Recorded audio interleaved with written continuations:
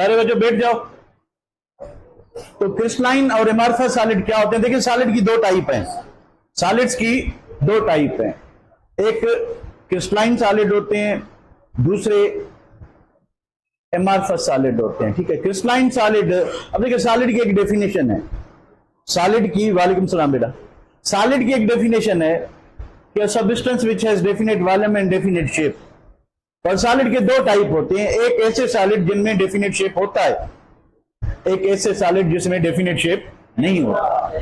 तो bye properties तो वो सॉलिड होते हैं पर वो ट्रू सॉलिड नहीं होते, उनकी काफी सारी प्रॉपर्टीज सॉलिड से रिलेट करती हैं, पर जो मेन डेफिनेशन है सॉलिड की कि उनके पास डेफिनेट शेप होना चाहिए, वो शेप उनके पास नहीं होता।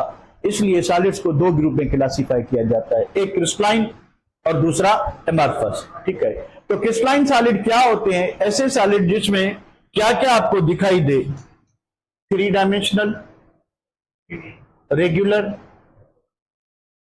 Repetitive, orderly, arrangement of their particles, arrangement of their particles. अभी इसमें और इसमें आप गौर करें, यहां पे देखें, आप अगर किसी भी पार्ट में जाएं, इस पार्ट में, इस पार्ट में, इस पार्ट में, इस पार्ट में, तो आपको जो अरेंजमेंट है वो एक जैसी यूनिफॉर्म दिखाई देगी। पार्टिकल टू पार्टिकल जो डिस्टेंस है वो बिल्कुल एक जैसा दिखाई देगा, यानी एक जगह से दूसरी जगह पे जाने से जो अरेंजमेंट है वो चेंज नहीं हो रही, चेंज नहीं हो रही। पर अगर आप इधर आए एक सेकंड के लिए तो आप देखेंगे कि जो यहां पे अरेंजमेंट है वो यहां पे नहीं है, फर्क है। देखिए यहां पे ये गैप, ये अजीब टाइप का गैप, फिर यहां पे ये गैप, और ये दूसरी टाइप का गैप है, ये दूसरी टाइप का गैप है। तो आपको क्या दिखाई देगा कि एमॉर्फस सॉलिड्स में जो अरेंजमेंट ऑफ पार्टिकल्स है वो जो है रेंडम होती है। क्या होती है? रेंडम। अब दूसरी बात कि आप ऐसे डिसाइड फिजिकल शेप से नहीं डिसाइड कर सकते। मिसाल के तौर पे आपके, मेरे पास ये पेन है, अब आप कहोगे इसका शेप तो फिक्स है, इसका शेप वेरी तो नहीं करता। जैसे हम लिक्विड और गैसेज में एक्सप्लेन कर रहे थे कि भाई हम लिक्विड को छोकरा मोबाइल अंदर रखो, तो हेलो, जैसे हम लिक्विड और गैसेज में क्या देख रहे थे कि जैसे ही हम उसको गिलास में डालते हैं तो गैस हो या लिक्विड हो, अगर क्लोज कंटेनर हो तो उसका शेप एडॉप्ट करते हैं। तो ये प्लास्टिक की पेन, ये एमॉर्फस सॉलिड है, और इसको हम गिलास में डालें तो ये गिलास का शेप एडॉप्ट नहीं करती। यहां पे जो शेप की बात है वो थोड़ा समझने की बात है। माइक्रोस्कोपिक लेवल पे जो अरेंजमेंट ऑफ पार्टिकल्स है उसकी बात हो रही है, फिजिकल शेप नहीं जो हमारी आंखों को दिखाई दे रहा है वो उसका सेम ही होगा, ये पेन इस तरह से ही दिखेगी। ठीक है, अंदर जो अरेंजमेंट है इसमें प्लास्टिक की पेन में वो ये वाली है, अगर कोई क्रिस्टलाइन सॉलिड होगा तो उसमें ये वाली होगी। तो ये माइक्रोस्कोपिक लेवल पे जो अरेंजमेंट ऑफ पार्टिकल्स इसमें फर्क होता है। अगर three dimensional, regular, repetitive, orderly arrangement है तो हम कहेंगे क्रिस्टलाइन सॉलिड है, नहीं है तो हम कहेंगे एमॉर्फस सॉलिड है। इसको ट्रू सॉलिड कहते हैं, इसको जो है amorphous. A means not, morph means form और शेप। तो ये शेपलेस या ये ऐसा सॉलिड है जिसको डेफिनेट शेप नहीं होता। इस वजह से इसके दो तीन नाम है, इसको सुपर कूल्ड लिक्विड भी कहते हैं और इसको सूडो सॉलिड भी कहते हैं, फॉल्स सॉलिड, इसको ट्रू सॉलिड कहते हैं। अब ये फॉल्स सॉलिड क्यों है? क्योंकि सॉलिड बाय प्रॉपर्टीज तो है पर इसके पास डेफिनेट शेप नहीं है। क्या नहीं है? तो ये बात क्लियर हो गई बेटा? इसमें कोई अभी कोई दिक्कत बाबा, इसमें कोई प्रॉब्लम? जल्दी बताएं तो आगे चले। ओके, चले अभी आते हैं कि क्रिस्टलाइन सॉलिड की कुछ प्रॉपर्टीज होती हैं। क्रिस्टलाइन सॉलिड की कुछ प्रॉपर्टीज होती हैं जिसमें पहली आती है सिमेट्री। सिमेट्री क्या होता है भाई? सिमेट्री एक रोटेशनल ऑपरेशन है। आपके पास एक क्रिस्टलाइन सॉलिड है, ठीक है, लेट सपोज कि आपके पास घर में जो हम लूडो खेलते हैं वो चीज है, क्यूब है आपके पास, ठीक है। अब इसके क्या होते हैं? 6 फेस होते हैं जो हम निकालते हैं, 1 2 3 4 इस तरह से हो गए, 5 6 ऊपर नीचे कर लें, ठीक है। तो कितने फेस होते हैं? 6 फेस है, ठीक है। तो इसके 6 फेस हैं, ठीक है। अब हम क्या करते हैं कि इसको लेट सपोज कि इस तरह से आप अगर देखें तो थोड़ा इसको बड़ा करते हैं,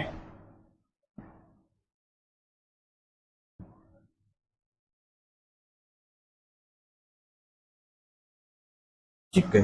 आपने क्या किया कि आपने एक इधर की लाइन ड्रा की, ठीक है। अब यहां से आप इसको क्या करते हैं? रोटेट करते हैं, घुमाते हैं। तो symmetry is a rotational operation. Symmetry is आप क्रिस्टलाइन सॉलिड को जब रोटेट करोगे तो आपको क्या दिखाई देगा कि when a crystalline solid is rotated at 360-degree angle, the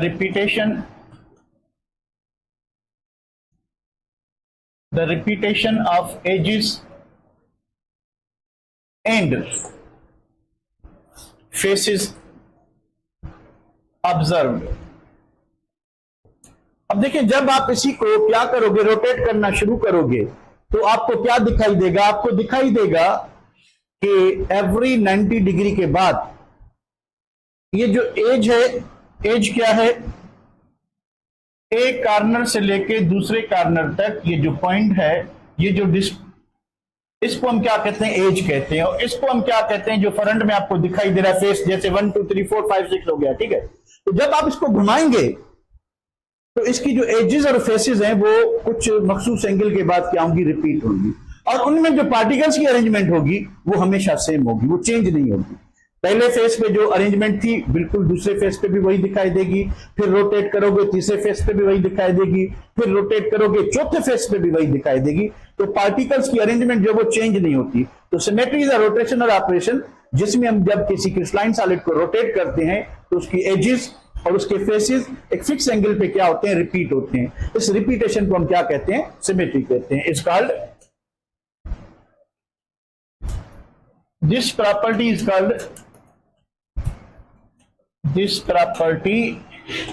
is called symmetry. इसको हम क्या कहते हैं? सिमेट्री कहते हैं। अब इसका मतलब क्या हुआ कि जो क्रिस्टलाइन सॉलिड हैं वो सिमेट्रिक होते हैं। The crystalline solids are symmetric. मतलब क्या हुआ बेटा? मतलब ये हुआ कि जब हम इनका रोटेशनल ऑपरेशन करेंगे, इनको रोटेट करेंगे, तो इनकी जो अपीयरेंस है वो चेंज नहीं होती। एक जैसी अपीयरेंस दिखाई देगी, एक जैसी अरेंजमेंट दिखाई देगी, एक फिक्स एंगल पे आपको एजेस और फेसेस दिखाई देंगे और रिपीट होते रहेंगे। इस रिपीटेशन को हम क्या कहते हैं? सिमेट्री कहते हैं। तो एमॉर्फस सॉलिड में ऐसा हो सका है? पॉसिबल है, ठीक है। एमॉर्फस सॉलिड में बेटा ये देखें, अब ये इसका फ्रंट फेस है, उसकी अरेंजमेंट ये है। ये इसका फ्रंट फेस है, बैक में जाओगे ऐसे ही दिखेगा, साइड में जाओगे ऐसे ही दिखेगा, ऊपर से देखोगे ऐसे ही दिखेगा, नीचे से देखोगे ऐसे ही दिखेगा। इसकी जो ये फ्रंट अरेंजमेंट है ये दूसरी साइड से मैच करेगी कि नहीं करेगी? क्योंकि इसमें रैंडम अरेंजमेंट है, फिक्स पोजीशन नहीं है एटम्स की, थोड़ा थोड़ा डिस्टेंस क्या है? चेंज है। तो इस वजह से क्या हो जाएगा कि इसकी जो ये नॉन सिमेट्रिक होते हैं। जब आप इन पे रोटेशनल ऑपरेशन करोगे तो जो दूसरा फेस आएगा, ठीक है, उसमें जो अरेंजमेंट होगी वो पहले फेस से डिफरेंट होगी। पर सेम किस में होती है? फिर क्रिस्टलाइन सॉलिड में सेम होती है। क्रिस्टलाइन सॉलिड सिमेट्रिक होते हैं और ये क्या होते हैं? नॉन सिमेट्रिक होते हैं। ये बात समझ आ गई? चलें आगे आते हैं। तो एलिमेंट में क्या होता है कि 3 टाइप की सिमेट्री होती है, ठीक है। अब एमॉर्फस सॉलिड्स आर अनसिमेट्रिक, यानी उनमें एलिमेंट ऑफ सिमेट्री नहीं होता, ठीक है। तो भाई a substance may have 3 elements of symmetry, 3 elements of symmetry। तो एक किसी भी क्रिस्टलाइन सब्सटेंस के पास, ठीक है, elements of 3 element of symmetry हो सकते हैं। भाई कौन से हो सकते हैं? एक होता है plane of symmetry, plane of symmetry. दूसरा होता है एक्सिस ऑफ सिमेट्री,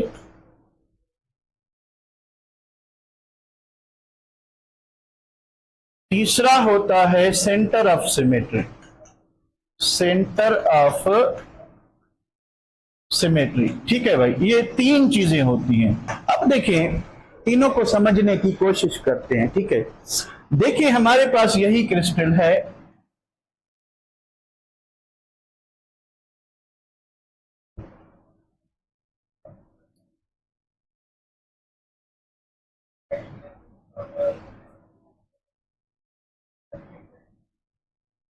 ठीक है, हमारे पास ये क्रिस्टल है। हमने क्या किया, हम इसको यहां से आधा कर देते हैं, आधा कर देते हैं। आपके पास देखें ये 2 डायमेंशनल स्ट्रक्चर, 3 डायमेंशनल, वो जो लूडो खेलते हैं हम, उसको किसी भी पॉइंट से आप आधा कर दें, बीच सेंट्रल पॉइंट से, तो ये जो क्रिस्टल है 2 इक्वल पार्ट्स में डिवाइड हो जाएगा। 2 इक्वल पार्ट्स, 2 इक्वल पार्ट्स। अब कहां से आप बना सकते हो, एक तो ये हो गया, दूसरा आप ऊपर से आधा आधा कर सकते हो, तीसरा आप यहां से आधा आधा कर सकते हो। ठीक है, तो आपको क्या पॉसिबिलिटीज है, क्या मिल सकता है इससे भाई, या तो ये मिले 2 पीस यहां से ब्रेक किया, या फिर आपको क्या मिले, इस तरह से मिले, आपने यहां से ब्रेक किया, या फिर आपने जब इससे यहां से ब्रेक किया तो पॉसिबल है आपको इस तरह का शेप मिले। तो ये सारे एग्जांपल्स किसके हैं, ये प्लेन ऑफ सिमेट्री के हैं। किसके? या प्लेन ऑफ सिमेट्री क्या होता है कि एक ऐसा प्लेन जो मॉलिक्यूल को 2 इक्वल हाल में डिवाइड कर दे, मॉलिक्यूल को 2 इक्वल हाल में डिवाइड कर दे, तो उसको हम क्या कहेंगे? ठीक है, यानी अ plane which exactly divide a molecule into 2 equal parts या इक्वल डिस्टेंस। यानी आप जहां से वो प्लेन निकाल रहे हैं दोनों साइड से इक्वल क्या होगा, डिस्टेंस होगा। अब दूसरी क्या चीज है, एक्सिस ऑफ सिमेट्री, कि आप क्या करें कि आपके पास यही क्रिस्टल है, ठीक है भाई, हमने क्या किया कि हमने एक सर्टेन पॉइंट से, ठीक है, हमने क्या किया कि यहां से एक प्लेन लिया, ठीक है, ये हमने क्या लिया, एक प्लेन लिया, ठीक है, इसी प्लेन से हमने क्या की कि इसको रोटेट करना शुरू किया। मिसाल के तौर पर ये सेंट्रल पॉइंट है, हमने इसको घुमाना शुरू किया। घुमा के क्या देखेंगे कि भाई एक फेस आएगा, दूसरा आएगा, तीसरा आएगा, चौथा आएगा, या फिर आपने क्या किया कि आपने ये प्लेन लिया, ठीक है, इधर से जो दिख रहा है आपको एक फेस और आएगा, और आएगा, और आएगा। तो यानी एक ऐसा प्लेन जहां से आप जो है क्या करो कि मॉलिक्यूल को 360 डिग्री पे रोटेट करना शुरू करो, तो उसको हम कहते हैं एक्सिस ऑफ सिमेट्री। अब इसमें और इसमें फर्क क्या है, वो एक प्लेन था इमेजिनरी जो मॉलिक्यूल को या जो सब्सटेंस को या जो क्रिस्टल को 2 इक्वल पार्ट्स में डिवाइड कर रहा था। ये क्या है कि हमने एक प्लेन निकाला, उस प्लेन से रोटेशनल ऑपरेशन शुरू किया, रोटेट करना। ऊपर वाले में हमने कोई रोटेशन नहीं की, हमने क्या किया है कि सब्सटेंस को 2 इक्वल पार्ट में एक इमेजिनरी प्लेन बना के डिवाइड कर दिया, यहां पे हम रोटेट कर रहे हैं। तीसरा होता है सेंटर ऑफ सिमेट्री। अब सेंटर ऑफ सिमेट्री में क्या होता है कि मान लें, अब इसकी 3 डायमेंशन स्ट्रक्चर नहीं, हम ये स्ट्रक्चर लेते हैं, हमने एक सेंटर में पॉइंट लगाई है। अब जहां पे भी जाए तो डिस्टेंस क्या है, इक्वल है इस पॉइंट से, यानी ऐसा पॉइंट जहां से जिस तरफ भी जाएं तो आपको डिस्टेंस क्या मिले, इक्वल मिले, इसको हम कहते हैं क्या, सेंटर ऑफ सिमेट्री। अब 3 सिमेट्री हो गई, एक वो प्लेन जो मॉलिक्यूल को, जो क्रिस्टलाइन सब्सटेंस को 2 इक्वल हाल में डिवाइड कर दे, फिर उसी प्लेन को हमने उठा के उसको घुमाना शुरू किया, एक्सिस ऑफ सिमेट्री। फिर हमने पूरे क्रिस्टल के सेंटर में एक पॉइंट लगा दी। अब सेंटर में पॉइंट है, अब जिस डायरेक्शन में भी जाएंगे इक्वल डिस्टेंस मिलेगा। क्या मिलेगा, इक्वल। तो ये कौन सी सिमेट्री हो गई, सेंटर। बात समझ आ गई, बात समझ आ गई बेटा। नाइट्रस नहीं, ये विट्रस होता है बेटा, इनको सुपर कूल लिक्विड कहते हैं, एमॉर्फस सॉलिड को। देखिए इसमें कोई डिफरेंट, कोई ना समझ आने वाली बात, हाँ ये ताकि एग्जैक्ट जो पोजीशन की खबर पड़े, ठीक है बेटा। उसके बाद आते हैं नेक्स्ट चीज क्या है, तो सिमेट्री के बाद ये देखिए बुक में फिगर दी है, हमने यहां से इसको हाफ किया तो ऊपर वाला नीचे वाला पार्ट क्या होगा, सेम होगा। यहां से हमने हाफ किया तो लेफ्ट और राइट क्या होगा, सेम होगा। हमने बीच में से ऊपर से एक लाइन लगाई तो इधर वाला पार्ट और इधर वाला पार्ट क्या होगा, सेम होगा। फिर यहाँ पे देखिए हमने यहाँ पे एक प्लेन लिया और यहां से इसको क्या किया, घुमाना ना शुरू किया, ठीक है। और उसके बाद एक सेंट्रल पॉइंट है, जिस तरफ भी जाओ, जिस तरफ भी जाओ तो क्या होगा, तो मुझे बताइए कौन सी सिमेट्री है, सेंटर, सेंटर ऑफ सिमेट्री, ठीक है। ये कौन सी है, एक्सिस, और ये तीनों कौन सी हैं, ये प्लेन ऑफ सिमेट्री है, ठीक है। नीचे लिखा हुआ है पर आप रिकॉग्नाइज करें कि ठीक है तो ये प्लेन है और वो एक्सिस है और क्या है, सेंटर है। Any problem? उसके बाद हाँ बाबा, एक्सिस में ये है कि आपने कोई भी, आपके पास क्यूब था, ठीक है, क्यूब था, आपने क्यूब को उठाया, कोई भी प्लेन लिया, ठीक है, कोई भी प्लेन, मतलब आप सीधा देख के जो है उसको फेस नंबर 1 को देख रहे हो, ठीक है, फेस नंबर 1 को देख रहे हो तो आप इधर से जो है, यानी आप इसको सेंट्रल पॉइंट मान के आप इसको घुमाते हो तो क्या आएगा, फेस 2 आएगा, फेस 3 आएगा, फेस 4 आएगा, फेस 5 आएगा। अगर यहां से घुमाते हो, ठीक है, तो अगेन क्या होगा, 5 और 6 आएंगे, 5 और 6 आएंगे। तो आपको क्या होगा कि जो भी फेस आएगा उसमें जो अरेंजमेंट होगी वो सेम होगी। अरेंजमेंट क्या होगी, सेम होगी, वो चेंज नहीं होती, वो डिफरेंट नहीं होती, ठीक है, ये बात थी। अब ज्योमेट्रिकल शेप फिक्स क्यों होता है? व्हाई क्रिस्टलाइन सॉलिड्स है fix geometrical shape? Fixed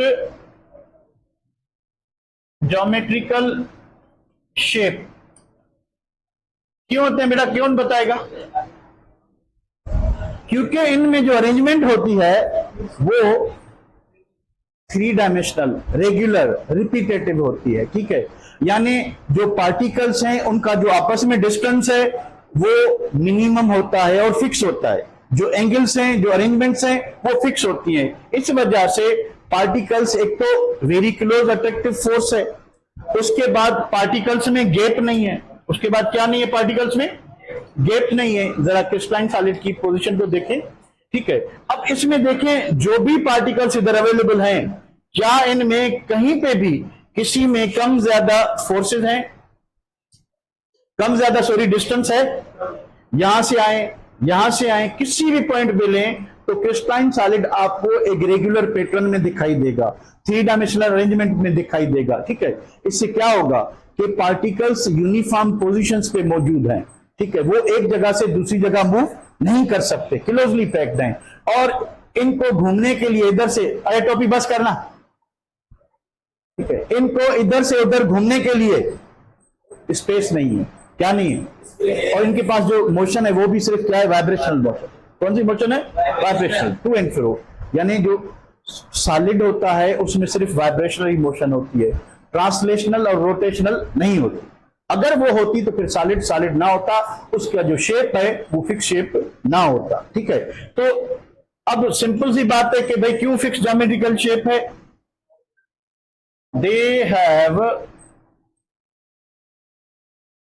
fixed geometrical shape. Fixed geometrical shape क्यों होता है? बिकॉज, अब वही जो डेफिनेशन में लिखा है वही रीजंस हैं। क्लोज पैकिंग हो गई भाई, 2 चीजें ऐड कर लें, वेरी स्ट्रॉन्ग अट्रैक्टिव फोर्सेस, ठीक है, नो फ्री स्पेस,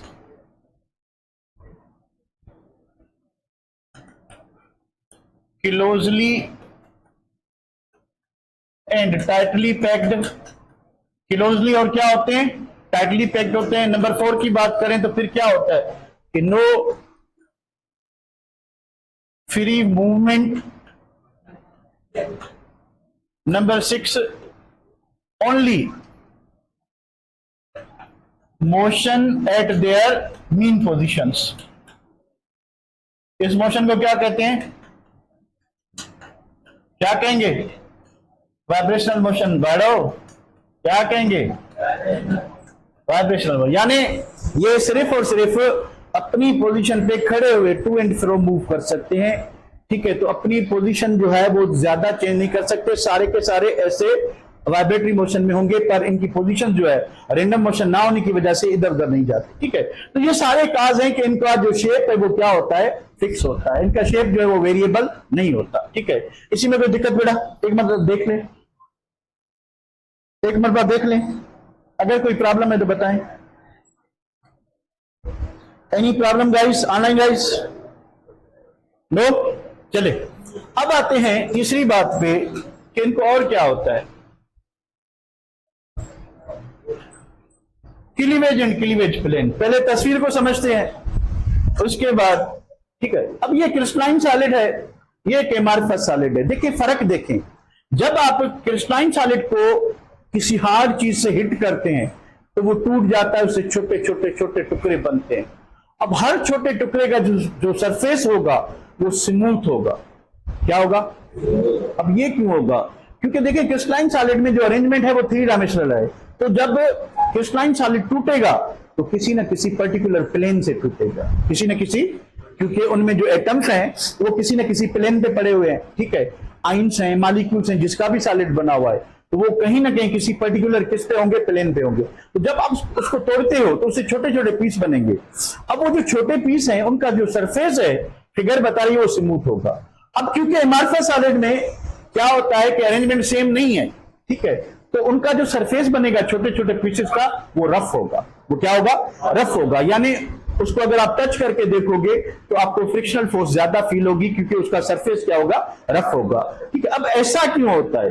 ठीक है, तो जब भी आप क्रिस्टलाइन सॉलिड को तोड़ोगे, ठीक है, तो वो एक पर्टिकुलर प्लेन से टूटता है।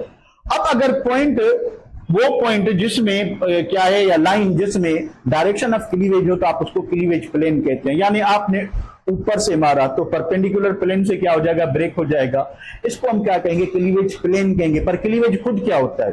क्लीवेज की डेफिनेशन है कि the breakage of big crystal into smaller crystal of identical shape of.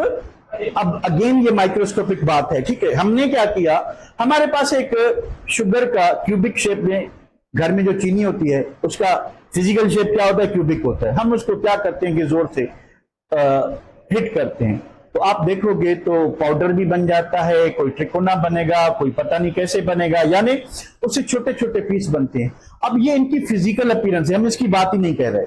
हम बात करें जो छोटे छोटे टुकड़े बने हैं बड़े क्रिस्टल से, यानी ये जो छोटा टुकड़ा है जो बड़े क्रिस्टल से बना है, इसमें और इसमें जो अरेंजमेंट होगी वही चेंज नहीं होगी। अरेंजमेंट जो होगी वो चेंज नहीं होगी।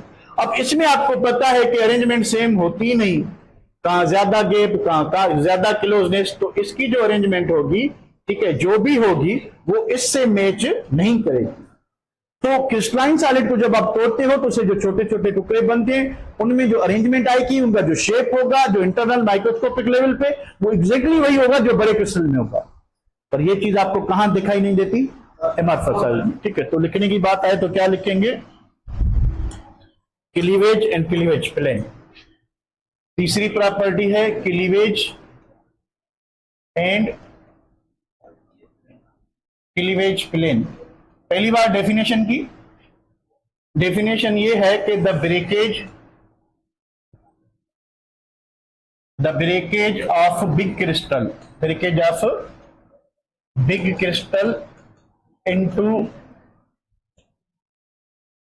smaller crystals of identical shape, crystals of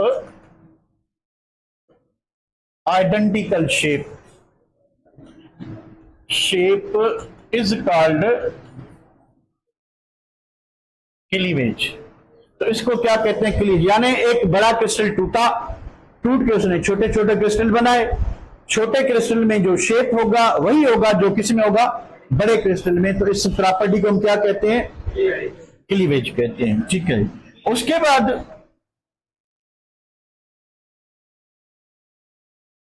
the smaller crystals obtained by cleavage have smooth or rough surface, smooth surface होगा या रफ सरफेस होगा? Have smooth surfaces, smooth surfaces. ठीक है, अच्छा, उसके बाद क्या चीज है बेटा? उसके बाद ये है कि the point or line contains plane of cleavage, कि जिस डायरेक्शन में आपने क्लीवेज स्टार्ट की वही प्लेन है, तो इसको कहते हैं, is called cleavage plane, is called cleavage plane.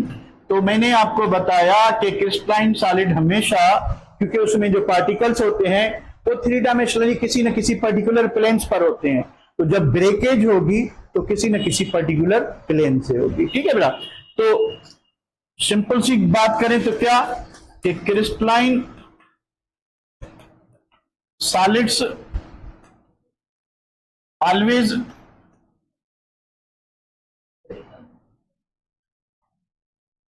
breaks into cleavage planes. So what about amorphous solids? Okay. Amorphous solids do not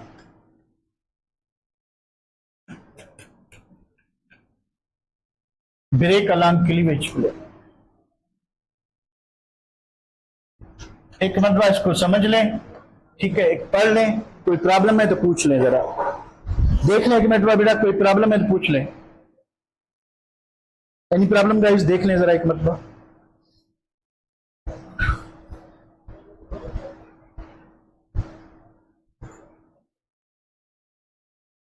clear? Any problem guys?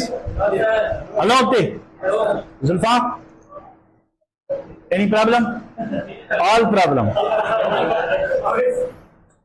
All problem, ठीक है। उसके बाद बेटा क्या चीज है? Crystal growth. अब क्रिस्टल ग्रोथ क्या होती है? अब इसका मतलब क्या है कि पहले समझा लेता हूं, उसके बाद लिखने वाली पोजीशन में आते हैं। नंबर 4,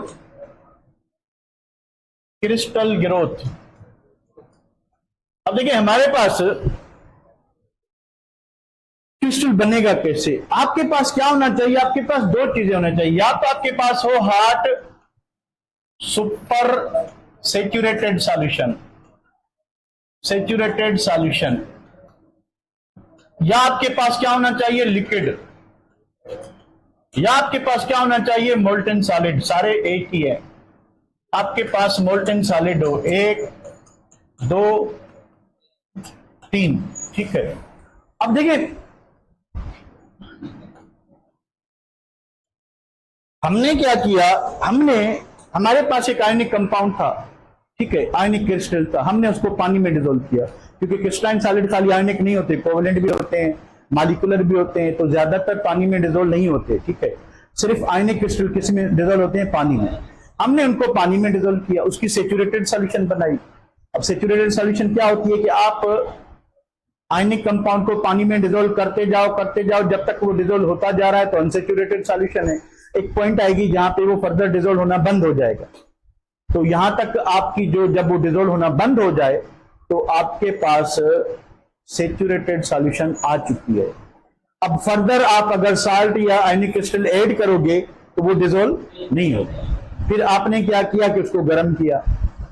आपको पता है कि गर्म हीटिंग से सॉल्युबिलिटी क्या होती है? बढ़ती है, ठीक है। तो गर्म होने पे और सॉलिड क्या होगा? ऐड होगा, और क्रिस्टलाइन सॉलिड क्या होगा? ऐड होगा। उससे क्या होगा?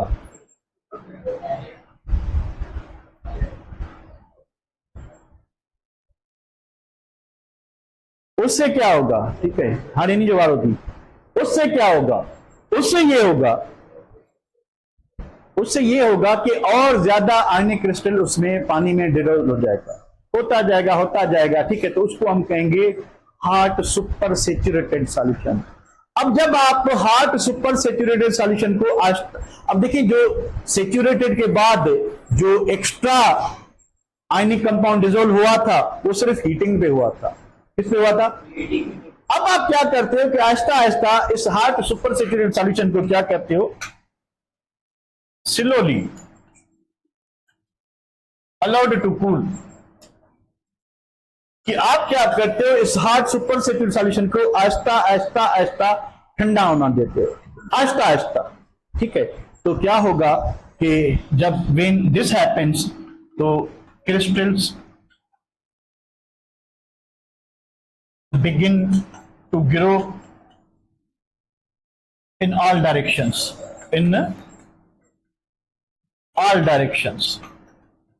कि क्या होगा कि ये पहले इस टाइप का था, ठीक है, सॉल्यूशन थी, बिल्कुल कुछ भी अंदर नहीं था। जब ये क्या था? हार्ड था तो यूनिफॉर्म कंपोजिशन थी। फिर हमने क्या किया कि इसको कूल किया, स्लोली, ठीक है।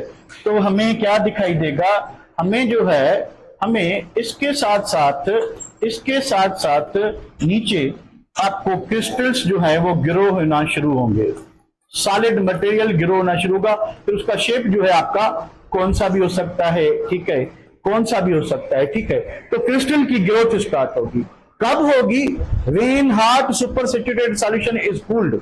जब आप हार्ड सॉल्यूशन को आहिस्ता आहिस्ता कूल करोगे तो क्रिस्टल की ग्रोथ स्टार्ट होगी इन ऑल डायरेक्शन, क्योंकि 3 डायमेंशनल प्लेन में जो है उसने अरेंज करना है, तो तीनों डायमेंशन में क्रिस्टल की ग्रोथ स्टार्ट होगी। दूसरा तरीका क्या है कि आपके पास मोल्टेन सॉलिड है, आपने उसको भी क्या किया, स्लोली कूल किया।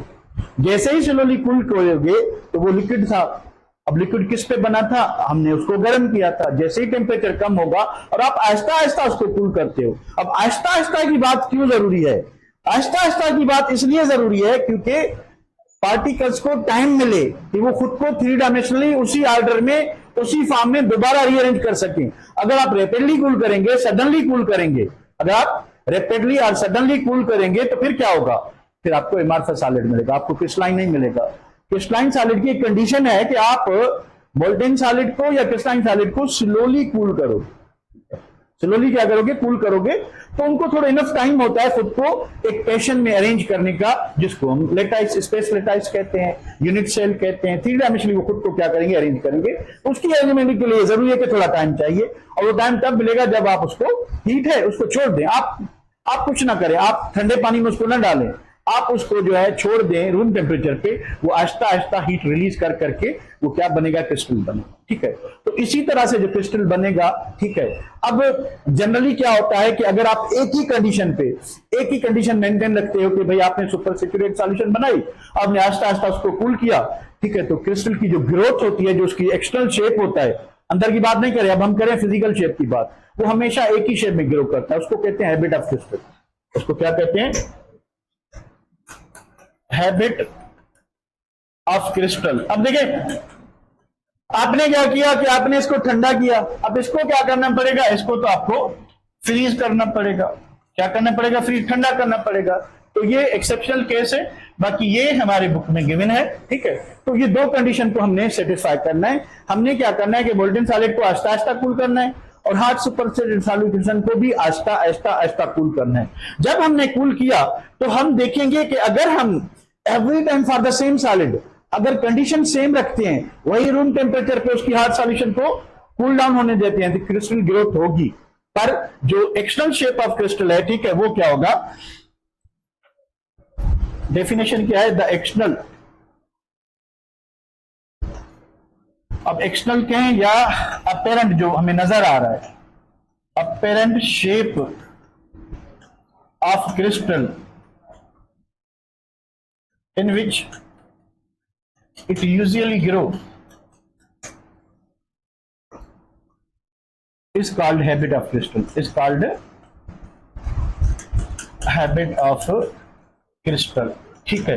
कि भाई अगर आप मिसाल के तौर पे आपके पास सोडियम क्लोराइड है, आपके पास क्या है? सोडियम क्लोराइड, आपने उसकी हार्ड सैचुरेटेड सॉल्यूशन बनाई है।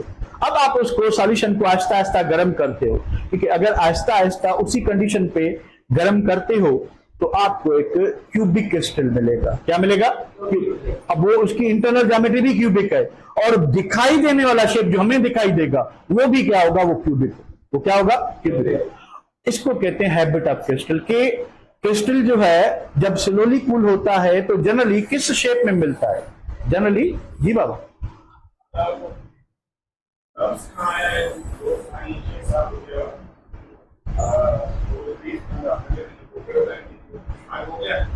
ब्रेक जे वेझो जेको टाइम हुजे, हाउ मच, बस मोकल 5 मिनट रखी, मोकल मोकल मोकल मोकल मोकल, ठीक है। तो हैबिट ऑफ क्रिस्टल चेंज हो सकती है प्यारे बारू। अब जनरली जो है, हेलो गाइस 2 मिनट से, तो जनरली क्या होता है छोकरा? जनरली ये होता है कि जब आप ठंडा करोगे और रूम टेम्परेचर पे ठंडा करोगे तो हमेशा आपको एक क्रिस्टल एक ही फॉर्मेट में क्या करेगा? ग्रो करेगा। उसको हम हैबिट ऑफ क्रिस्टल कहते हैं। हैबिट ऑफ क्रिस्टल आप चेंज कर सकते हो, टाइमिंग ऑफ द कूलिंग। अब अगर टाइमिंग चेंज करते हो, आप क्या करते हो कि स्लोली की जगह पे मॉडरेट कंडीशंस यूज करते हो, तो एक तो ग्रोथ पे फर्क पड़ता है, साइज ऑफ क्रिस्टल पे भी फर्क पड़ता है, और आप इम्प्योरिटी ऐड करते हो तो जो हैबिट है वो चेंज हो सकती है। कैसे चेंज हो सकती है? सोडियम क्लोराइड यूजुअली गिरो इन, आवाज बंद पुट, आवाज बंद, क्यूबिक शेप, यूजुअली गिरो इन क्यूबिक शेप, बट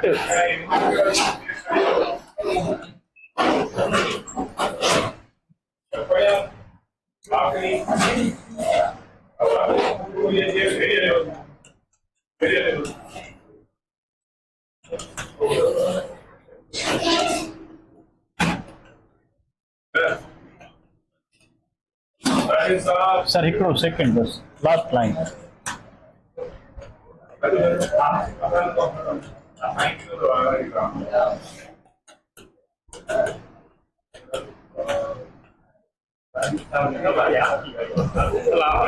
अस्सलामुअलैकुम। अच्छा आ जाए।